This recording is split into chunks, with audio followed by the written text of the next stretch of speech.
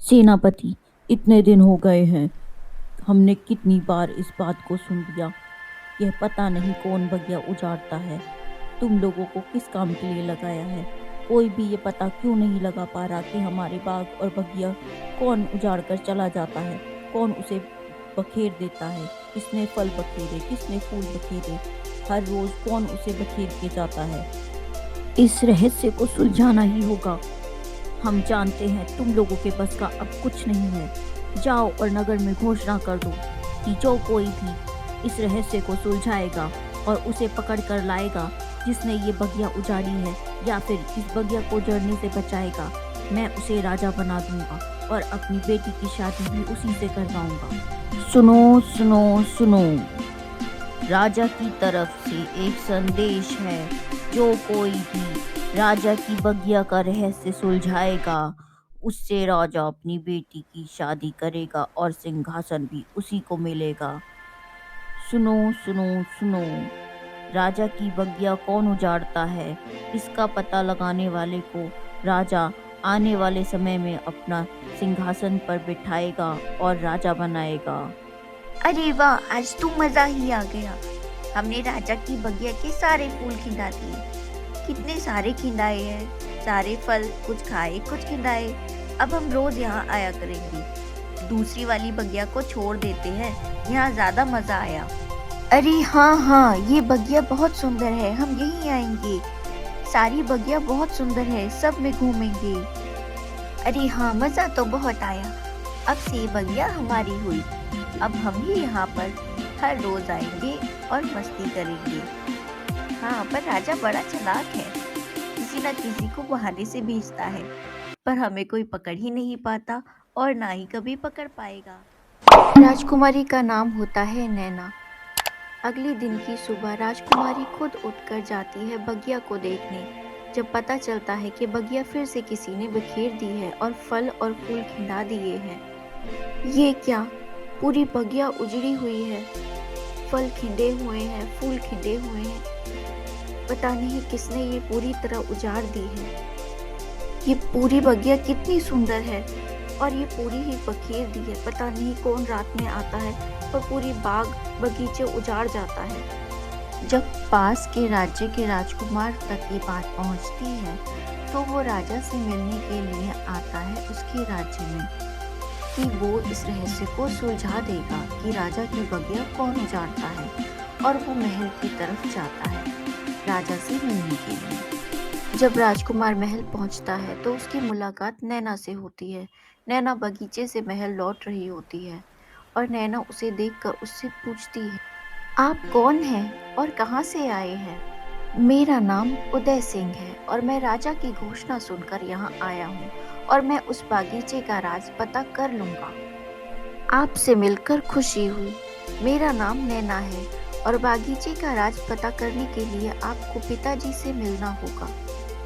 महाराज की जय हो। महाराज, आपसे मिलने के लिए राजकुमार उदय सिंह आए हैं। आइए राजकुमार, आपका स्वागत है। क्या आप इस चुनौती को स्वीकार करते हैं?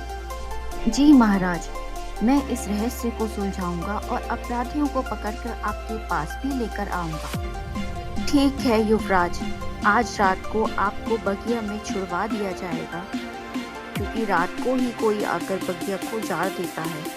कल सुबह मिलते हैं। और फिर राजकुमार राजा के बागों में चला जाता है।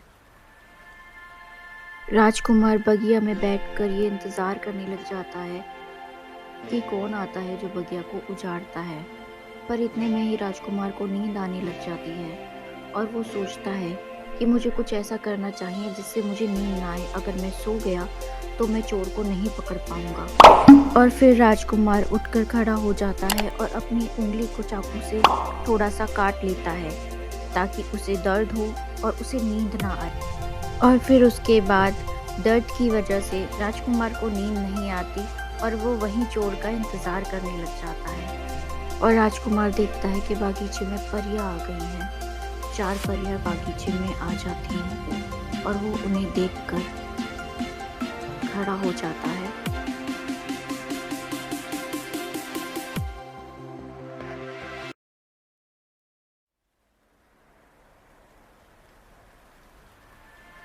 और वो उठकर छुप जाता है ताकि परियां उसे देख ना लें। और फिर परियां आसमान से उड़ते उड़ते पूरे बागीचे में घूम रही होती हैं और नीचे राजकुमार उनका पीछा कर रहा होता है और वो बागीचे में फल और फूल जगह जगह खिला रही होती है। और परियां बागीचे में झरने के पास जाकर रुक जाती हैं और आपस में बातें करने लग जाती हैं।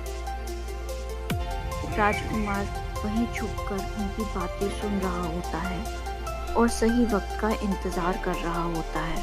तभी वो चारों परियां अपने पंख उतारकर एक पेड़ के पास रख देती हैं और आपस में बात करती हैं कि चलो पानी में खेलेंगे और इधर उधर सब कुछ बखेरते हैं, चलो खेल लें। ये सुनकर राजकुमार वहीं छुप जाता है और फिर वो अपने पर उतारकर वहीं पर रख देती हैं। अरे देखो देखो, हम तो आम लड़कियों के जैसे दिख रहे हैं, चलो ठीक है खेलते हैं।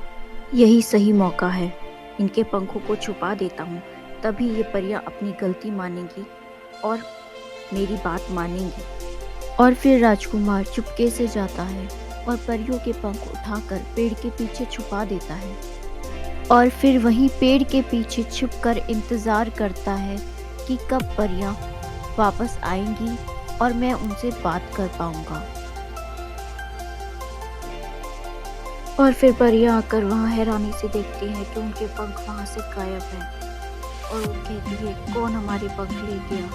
कौन है यहाँ? कौन है? सामने आओ, तुम्हारे पंख मैंने लिए हैं। और फिर राजकुमार पेड़ के पीछे से निकल के परियों के सामने आता है। आखिर तुमने हमारे पर क्यों चुराए हैं? हमने तुम्हारा क्या बिगाड़ा है? तुम कौन हो और क्या चाहते हो? आप सब नहीं जानती आपने क्या किया है। क्या आपको दिखाई नहीं देता?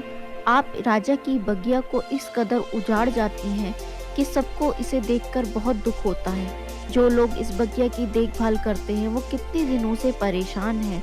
आप सिर्फ अपना खेल और मस्ती के चक्कर में पूरी बगिया को तहस तहस कर जाती हैं। सारे फल खिंडा जाती हैं, फूल खिंडा जाती हैं, जिससे राजा बहुत ही दुखी है। और आप कहती है कि आपने मेरा क्या बिगाड़ा है?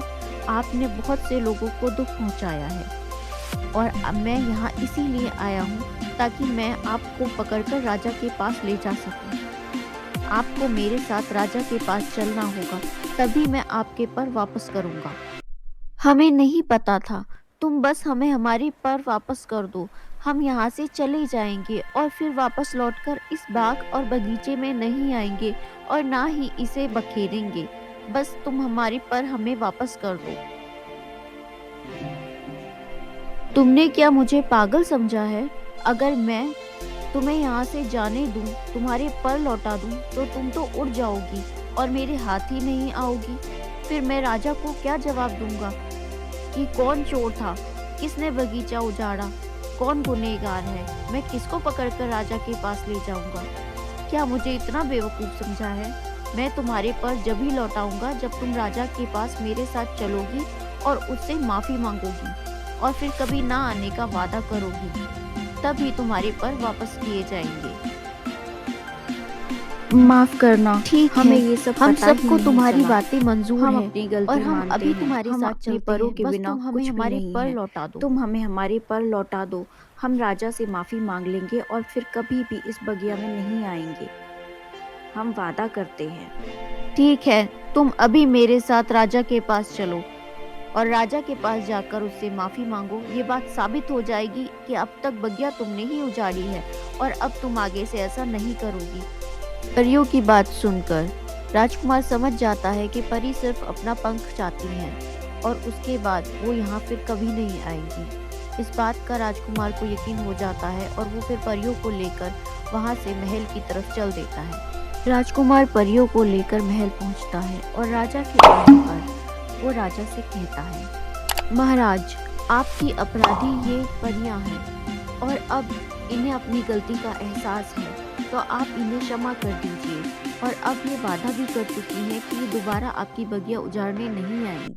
राजकुमार की बातें सुनने के बाद राजा खुश हो जाता है और परियों को माफ कर देता है और फिर राजकुमार परियों के पर उन्हें लौटा देता है और परियां खुश होकर वहां से चली जाती। परियों के जाने के बाद राजा अपनी बेटी को वहां बुलाता है। राजकुमारी वहां आती है और उसे राजकुमार से मिलवाता है और उनकी शादी की घोषणा करता है और राजकुमार को अपने राज्य का होने वाला राजा भी घोषित करता है। अगर स्टोरी पसंद आई तो वीडियो को लाइक और चैनल को सब्सक्राइब करके जाएं। तब तक के लिए बाय बाय, मिलते हैं अगली वीडियो में।